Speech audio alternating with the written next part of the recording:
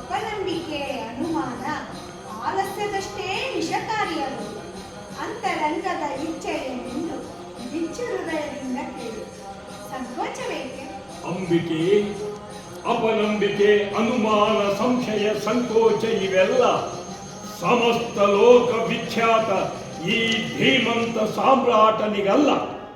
ಅದೇನಿದ್ದರೂ ದೇಹಿ ದೇಹಿ ಎನ್ನುವ ಸರ್ವ ಸಂಘ ಪರಿತ್ಯಾಗಿಗಳಾದ ಸಾಧು ಸಂತರಿಗೆ ಮಾತ್ರ.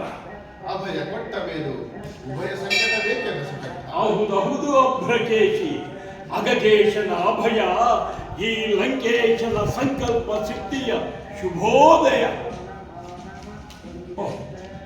ಇತ್ತವ ಅಗನಂದಿನಿ, ತ್ರಿಭುವನೇಕೈಕ ಸೀಮಂತಮಣಿ, ಕಾರ್ಮುಗಿಲ ಅಂಚಿನಳು ಸಂಚರಿಪ ಸೌಧಾಮಿನಿ. ಇತ್ತವ ಆಹಾ ಜೋಗಿದೇವಿ, ಕೈಲಾಸದಲ್ಲಿ ಅರಳಿದ ಅಲಂನ ನಡೆಮುಡಿಯ ಮೇಲೆ ಮೆಲ್ಲನೆ ನಡೆಯುತ್ತಿದ್ದ ಈ ನಿನ್ನ ತೆಳ್ಳನೆಯ ಕಾಲ್ಗಳು ಈ ಕಾಲು ಕಗ್ಗಲ್ಲ ಮುಳ್ಳನ್ನು ತುಳಿಯುವಂತಾಯಿತೇ ತ್ರಿಪುರ ಸುಂದರಿ.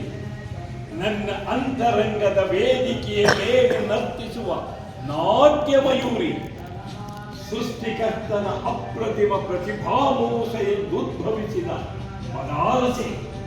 ಅರ ನಿಮಿಷವಾದರೂ ನಿನ್ನನ್ನು ಆನಂದದಿಂದ ಆಲಂಗಿಸಬೇಕೆಂಬ ತುಂಬಾ ಅಭಿಲಾಷೆ. ರಾವಣ, ಹದ್ದು ಮೀರುತ್ತಿರುವೆ. ಬೇಕಾದ ವರವನ್ನ ಬೇಡಿದ ಮೃಢ ತ್ರಿಲೋಕ ಸೌಂದರ್ಯ ಕನಿ ಈ ಆಯಾಯಿನಿಯನ್ನು ನನ್ನ ಅರ್ಧಾಂಗಿನಿಯನ್ನಾಗಿ,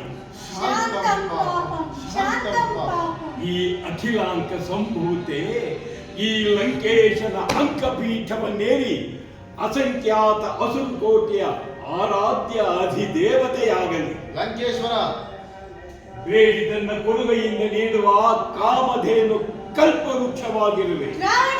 ಈ ರಾವಣನ ಭಾವಿ ಭವಿಷ್ಯದ ಭಾಗ್ಯಲಕ್ಷ್ಮಿಯಾಗಲು ಭಾಷಾಂಭವಿ. ದಾನವೇಂದ್ರ, ಅದಾವುದೋ ಮಾಯಮುಚ್ಚಿ ನಿನ್ನನ್ನು ಚಿತ್ತ ವಿಕಲನಾಗಿ ಮಾಡಿದೆ. ಜಗಜ್ಜಾಣನಾದರೂ ಜಾರುತ್ತಿರುವೆ. ಜನ್ಮದಲ್ಲಿ ಶರಣನಾಗಿ ಕರ್ಮದಲ್ಲಿ ಭೀಷಣನಾಗಿರುವೆ.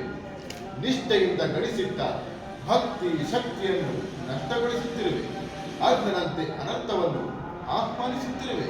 ಮಮತೆ ಮಾತೆಯ ಮನದ ಭೀಷ್ಟವನ್ನು ಈಡೇರಿಸಲಿಷ್ಟಪಡದೆ ವಚನ ಭ್ರಷ್ಟನಾಗಿ ಕಷ್ಟ ಪರಂಪರೆಯನ್ನು ಆ ಕೈ ಬೀಸಿ ಕರೆಯುತ್ತಿರುವೆ.